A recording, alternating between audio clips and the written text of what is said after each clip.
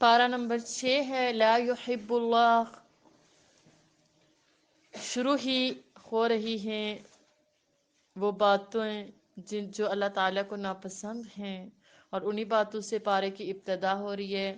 رکوع نمبر 1 ہے. ٹاپک لکھیں ظاہر اور باطن میں بھلائی کے کام. ظاہر اور باطن میں بھلائی کے کام. اعوذ باللہ من الشیطان الرجیم بسم اللہ الرحمن الرحیم. لا يحب اللہ الجہر بالسوء من القول الا من ظلم. اللہ اس بات کو پسند نہیں کرتا کہ کوئی کسی کو علانیہ برا کہے. غور سے سنیے گا، آیات میرے اور آپ کے لیے ہیں. اللہ اس بات کو پسند نہیں کرتا. کس بات کو پسند نہیں کرتا؟ پہلی بات کہ کسی کو علانیہ برا کہے، کہ کوئی کسی کو علانیہ برا کہے. ہم کہتے کہ نہیں کہتے؟ کہتے ہیں، سیدھا سیدھا کہہ دیتے ہیں. اللہ کو یہ بات پسند نہیں ہے، مگر وہ جو مظلوم ہو، اور اللہ سب کچھ سنتا اور جانتا ہے. ہاں، جو مظلوم ہے، جس پر ظلم کیا جاتا ہے، وہ ظالم کے خلاف اپنی آواز کو بلند کر سکتا ہے. اگر تم لوگ بھلائی کھلم کھلا کرو گے یا چھپا کر یا برائی سے درگزر کرو گے، اگر تم بھلائی کھلم کھلا کرو گے، کھلی بھلائی نیکی کے کام چھپا کر کرو گے، یا پھر اگر کسی نے آپ کے ساتھ برائی کی ہے تو آپ اس کو درگزر کر دو گے، آپ معاف کر دو گے، تو اللہ بھی معاف کرنے والا اور صاحب قدرت ہے. پتہ یہ چلا کہ اگر ہم لوگوں کو معاف کریں گے تو اللہ بھی مجھے اور آپ کو معاف کرنا. مشکل ہے کہ آسان ہے؟ مشکل ہے کہ نہیں؟ دلوں کو صاف کرنا. ایک بات بتاؤں، پتہ ہے ہم معاف بھی کرتے ہیں تو کیسے کرتے ہیں؟ ہم کہتے ہیں ٹھیک ہے میں نے تو آپ کو معاف کیا، لیکن اللہ ہی پوچھے گا. یہ معاف کرنا نہیں ہوتا. پھر جب اللہ کے ہاں بات چلی جاتی ہے تو پھر تو بڑی خطرے والی بات ہے. کسی کو معاف بھی کرتے ہیں نا، ایسے کیا کریں، یا اللہ میں نے فلاں کو معاف کیا، آپ بھی اس کو معاف کر دیں، اور میری وجہ سے کسی سے پوچھ نہ کیجیے گا. اور پھر ایسے بھی معاف کیا کریں، یا اللہ جس نے میری پیٹھ پیچھے میری غیبت کی، یا اللہ مجھے برا بھلا کہا، یا اللہ کوئی مجھ پہ ہنسا، میں آپ کی رضا کے خاطر ان سب کو معاف کرتی ہوں. یا اللہ میرے ذات کی وجہ سے کسی سے پوچھ نہ کیجیے گا. جب میں اور آپ ایسے معاف کریں گے نا، پھر اللہ تعالیٰ میرے اور آپ کے لیے بھی اسباب پیدا کریں گے.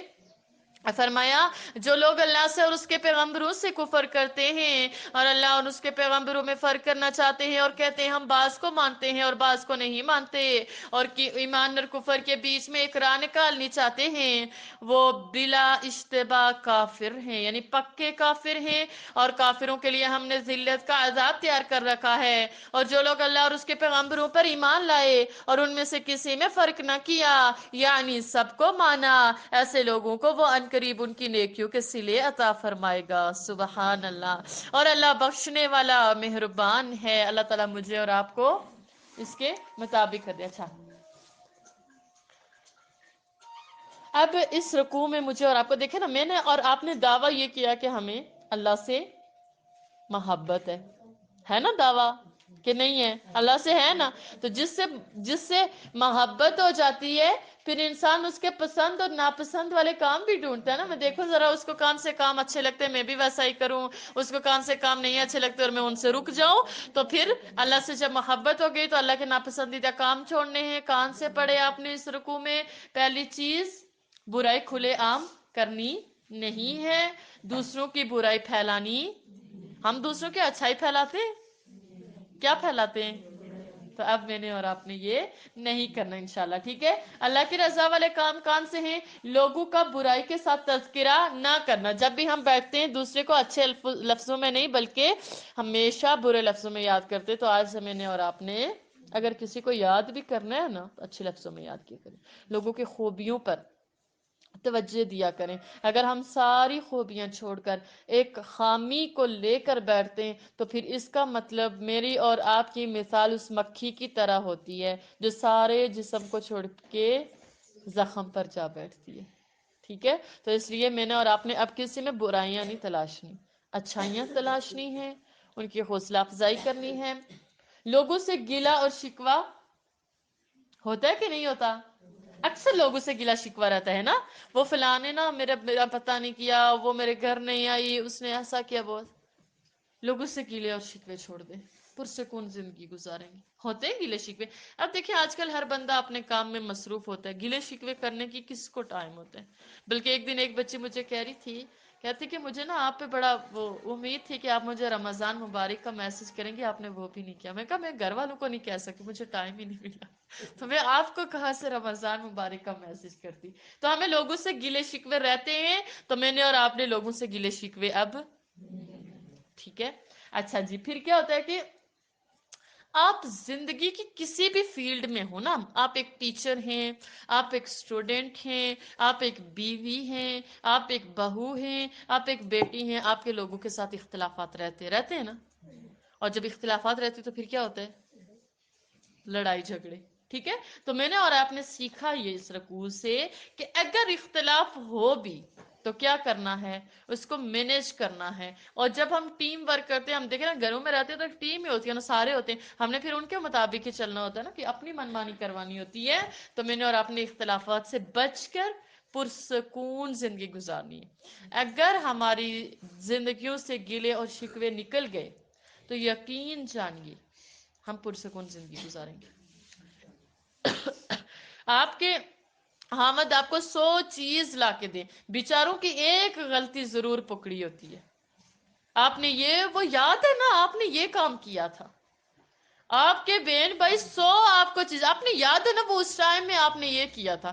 ماں باپ ساری زندگیاں کھپا لیتے ہیں، پھر بھی یاد ہوتی ہے، وہ یاد ہے نا آپ نے وہ کام کیا تھا۔ تو یہ چیزیں میں نے اور آپ نے اپنی زندگی سے نکالنی ہے۔ رکوع نمبر 2 ہے، ٹاپک لکھیں علم پختگی حاصل کریں۔ یسألک اہل الکتاب، اے محمد صلی اللہ علیہ وآلہ وسلم، اہل کتاب آپ سے درخواست کرتے ہیں کہ تم پر ایک لکھی ہوئی کتاب آسمان سے اتار لاؤ۔ تو یہ موسیٰ سے اس سے بھی بڑی بڑی درخواستیں کر چکے ہیں، ان سے کہتے تھے کہ ہمیں اللہ کو ظاہر یعنی آنکھوں سے دکھا دو، سو ان کے گناہ کی وجہ سے ان کو بجلی نے آ پکڑا، پھر کھلی نشانیاں آئے، پیچھے بچڑے کو معبود بنا بیٹھے۔ یہ سورۃ البقرہ میں جو لوگ میری تفسیر کے ساتھ تھے ان کو تو ڈیٹیل میں سمجھایا ہوا ہے نا۔ تو اس سے بھی ہم نے درگزر کی اور موسیٰ علیہ السلام کو سری غلبہ دیا، اور ان سے عہد لینے کو ہم نے کوئی طور اٹھا کھڑا کیا، اور یہ بھی سمجھایا ہوا ہے، اور انہیں حکم دیا کہ شہر کے دروازے میں داخل ہونا تو سجدہ کرتے ہوئے، اور یہ بھی حکم دیا کہ ہفتے کے دن مچھلیاں پکڑنے میں تجاوز نہ کرنا۔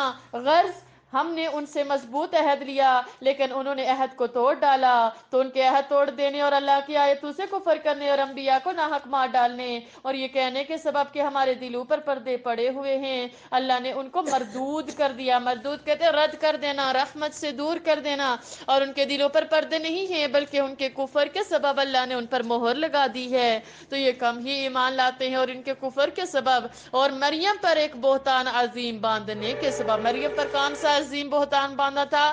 پیچھے آپ نے پڑھا ہے، ٹھیک ہے۔ جب وہ حضرت عیسیٰ علیہ السلام کو لے کے آئی تھی تو انہوں نے کہا تھا کہ حضرت مریم نے نعوذ باللہ کسی سے زنا کیا ہے، نعوذ باللہ۔ اور یہ اچھا جی، اور یہ کہنے کے سبب کہ ہم نے مریم کے بیٹے عیسیٰ مسیح کو جو اللہ کے پیغمبر کہلاتے تھے قتل کر دیا ہے، اور انہوں نے عیسیٰ کو قتل نہیں کیا۔ اللہ تعالیٰ فرما رہے انہوں نے عیسیٰ کو قتل نہیں کیا اور نہ انہیں سولی پر چڑھایا، بلکہ ان کو ان کی سی صورت معلوم ہوئی، اور جو لوگ ان کے بارے میں اختلاف کرتے ہیں وہ ان کے حال سے شک میں پڑے ہوئے ہیں، اور گمان کی پیروی کے سوا ان کا مطلق علم نہیں، اور انہوں نے عیسیٰ کو یقیناً قتل نہیں کیا بلکہ اللہ نے ان کو اپنی طرف اٹھا لیا، اور اللہ غالب اور حکمت والا ہے۔ اور کوئی اہل کتاب نہیں ہوگا مگر ان کی موت سے پہلے ان پر ایمان لے آئے گا، اور قیامت کے دن ان پر گواہ ہوں گے۔ تو ہم نے یہودیوں کے ظلموں کے سبب بہت سی پاکیزہ چیزیں جو ان کو حلال تھی ان پر حرام کر دی، اور اس سبب سے بھی کہ وہ اکثر اللہ کے راستے سے لوگوں کو روکتے تھے، اور اس سبب سے بھی کہ باوجود منع کیے جانے کے سود لیتے تھے، اور اس سبب سے بھی کہ لوگوں کا مال ناحق کھاتے تھے، اور ان میں سے جو کافر ہیں ان کے لیے ہم نے درد دینے والا عذاب تیار کر رکھا ہے۔ مگر جو لوگ ان میں سے علم میں پکے ہیں اور جو مومن ہیں اور اس کتاب پر جو تم پر نازل ہوئی اور جو کتابیں تم سے پہلے نازل ہوئی سب پر ایمان رکھتے ہیں اور نماز پڑھتے ہیں اور زکوٰۃ دیتے ہیں اور اللہ اور روز آخرت کو مانتے ہیں، ان کو ہم عنقریب اجر عظیم دیں گے۔ حضرت عیسیٰ علیہ السلام کے خلاف ہو چکے تھے یہودی، ان کو قتل کرنا چاہتے تھے، رب العالمین نے ان کی صورت یعنی ان کے ساتھ ایک اور بندے کی صورت حضرت عیسیٰ علیہ السلام جیسی بنا دی، اس کو سولی پر چڑھا دیا، اللہ تعالیٰ نے عیسیٰ علیہ السلام کو زندہ آسمانوں پر اٹھا دیا۔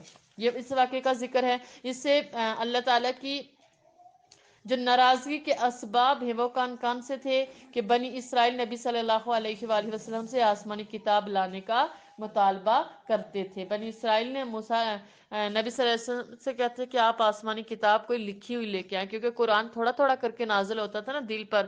کہتے تھے کوئی لکھی ہوئی کتاب کیوں نہیں لے کے آتے. اللہ نے فرمایا آپ علیہ السلام سے کہ یہ تو آپ سے بہت چھوٹا مطالبہ کرتے ہیں.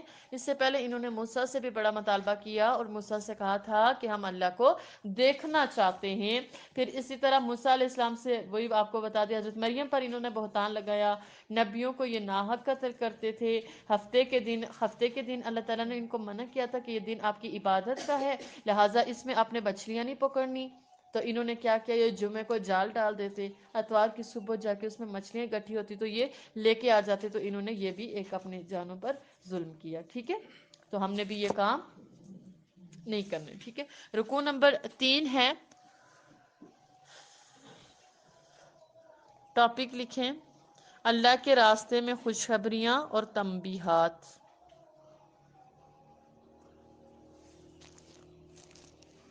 اِنَّا أَوْحَيْنَا إِلَيْكَ كَمَا أَوْحَيْنَا إِلَى نُوحٍ وَالنَّبِيِّينَ مِن بَعْدِهِ. اے محمد صلی اللہ علیہ وآلہ وسلم، ہم نے تمہاری طرف اسی طرح وحی بھیجی ہے جس طرح نوح اور ان سے پچھلے پیغمبروں کی طرف بھیجی تھی، اور ابراہیم اور اسماعیل اور اسحاق اور یعقوب اور اولاد یعقوب، اور عیسیٰ اور ایوب اور یونس اور ہارون اور سلیمان کی طرف بھی ہم نے وحی بھیجی تھی. اور داود کو ہم نے زبور بھی عنایت کی تھی. اور بہت سے پیغمبر ہیں جن کے حالات ہم تم سے پیشتر بیان کر چکے ہیں، یعنی پہلے، اور بہت سے پیغمبر ہیں جن کے حالات تم سے بیان نہیں کیے. اور موسیٰ نے تو اللہ سے باتیں بھی کی. کتنا پیارا ہے نا یہ آیت کا حصہ کہ وَكَلَّمَ اللَّهُ مُوسَىٰ تَكْلِيمًا، اور موسیٰ نے اللہ سے کلام کیا تھا، اللہ سے باتیں کی تھی. سبحان اللہ. سب پیغمبروں کو اللہ نے خوشخبری سنانے والا اور ڈرانے والا بنا کر بھیجا تھا تاکہ پیغمبروں کے آنے کے بعد لوگوں کو اللہ پر الزام کا موقع نہ رہے. اور اللہ غالب حکمت والا ہے. لیکن اللہ نے جو کتاب تم پر نازل کی ہے اس کی نسبت اللہ گواہی دیتا ہے کہ اس نے اپنے علم سے نازل کی ہے، اور فرشتے بھی گواہی دیتے ہیں، اور گواہ تو اللہ ہی کافی ہے. جن لوگوں نے کفر کیا اور لوگوں کو اللہ کے راستے سے روکا وہ راستے سے بھٹک کر دور جا پڑے. جو لوگ کافر ہوئے اور ظلم کرتے رہے اللہ ان کو بخشنے والا نہیں اور نہ انہیں راستہ ہی دکھائے گا. ہاں، دوزخ کا راستہ جس میں وہ ہمیشہ چلتے رہیں گے، اور یہ بات اللہ کو آسان ہے. لوگو، اللہ کے پیغمبر تمہارے پاس تمہارے پروردگار کی طرف سے حق بات لے کر آئے ہیں تو ان پر ایمان لاؤ، یہی تمہارے حق میں بہتر ہے. اور اگر کفر کرو گے تو جان رکھو کہ جو کچھ آسمانوں میں اور زمین میں ہے سب اللہ ہی کا ہے، اور اللہ سب کچھ جاننے والا اور حکمت والا ہے. اہل کتاب، اپنے دین کی بات میں حد سے نہ بڑھو اور اللہ کے بارے میں حق کے سوا کچھ نہ کہو. مسیح یعنی مریم کے بیٹے عیسیٰ نہ خدا تھے نہ اللہ کے بیٹے، بلکہ اللہ کے رسول اور اس کلیمے کی بشارت تھے جو اس نے مریم کی طرف بھیجا تھا، اور اس کی طرف سے ایک روح تھے. تو اللہ اور اس کے رسول پر ایمان لاؤ اور یہ نہ کہو کہ خدا تین ہیں. اس عقیدے سے باز آؤ کہ یہ تمہارے حق میں بہتر ہے. اللہ ہی معبود واحد ہے اور اس سے پاک ہے کہ اس کی اولاد ہو. جو کچھ آسمانوں میں ہے اور جو کچھ زمین میں ہے سب اسی کا ہے، اور اللہ ہی کارساز کافی ہے. اس رکوع میں میرے اور آپ کو کیا باتیں پتہ چلی ہیں کہ اللہ ہمارے کفر اور ایمان سے بے نیاز ہے، اسے کوئی فرق نہیں پڑتا آپ عبادات کریں یا نہ کریں. رسول کی رسالت کا مقصد کیا ہوتا ہے؟ نبی صلی اللہ علیہ وسلم، یہ جتنے بھی انبیاء آئے ان کو کیا مقصد تھا؟ بشیرا و نذیرا، خوشخبری دینے والے اور ڈر سنانے والے. اللہ کی رضا پانے والے کام سے کام ہے لوگوں کو اللہ کے راستے کی طرف بلانا. بلاتے ہے نا؟ اچھا، نیک اعمال پر خوشخبریاں دینا. جب کوئی آپ کے پاس نیک اعمال کرے آپ اس کی حوصلہ افزائی بھی کیا کرے. ٹھیک ہے، صرف ان کو ڈرایا ہی نہیں کرنا بلکہ حوصلہ افزائیاں بھی کرنی ہے. اللہ تعالیٰ مجھ سے اور آپ سے قبول فرمائے. آخری رکوع پڑھ لیتے ہیں، اس کے بعد سورت اینڈ ہوتی ہے. رکوع نمبر 4 ہے. ٹاپک لکھے اللہ کی غلامی میں نجات ہے. بہت پیارا ٹاپک ہے. لن يستنكف المسيح أن يكون عبدا لله مسیح اس بات سے آر نہیں رکھتے کہ اللہ کے بندے ہوں اور نہ مقرر فرشتے آر رکھتے ہیں، اور جو شخص اللہ کا بندہ ہونے کو موجب آر سمجھے اور سرکشی کرے تو اللہ سب کو اپنے پاس جمع کر لے گا۔ تو جو لوگ ایمان لائے اور نیک کام کرتے رہے وہ ان کو ان کا پورا بدلہ دے گا اور اپنے فضل سے کچھ زیادہ بھی عنایت کرے گا۔ اور جنہوں نے بندہ ہونے سے آر اور انکار اور تکبر کیا ان کو وہ تکلیف دینے والا عذاب دے گا اور وہ اللہ کے سوا اپنا حامی اور مددگار نہ پائیں گے۔ لوگوں تمہارے پروردگار کی طرف سے تمہارے پاس دلیل آ چکی ہے اور ہم نے کفر و ضلالت کا اندھیرا دور کرنے کو تمہاری طرف چمکتا ہوا نور بھیج دیا ہے۔ پس جو لوگ اللہ پر ایمان لائے اور اس کے دین کی رسی کو مضبوط پکڑے رہے ان کو وہ اپنی رحمت اور فضل کی بہشتوں میں داخل کرے گا اور اپنی طرف پہنچنے کا سیدھا رستہ دکھائے گا۔ اے پیغمبر، لوگ تم سے کلالہ کے بارے میں حکم اللہ کا دریافت کرتے۔ کلالہ کون ہوتا ہے؟ نہیں پتا؟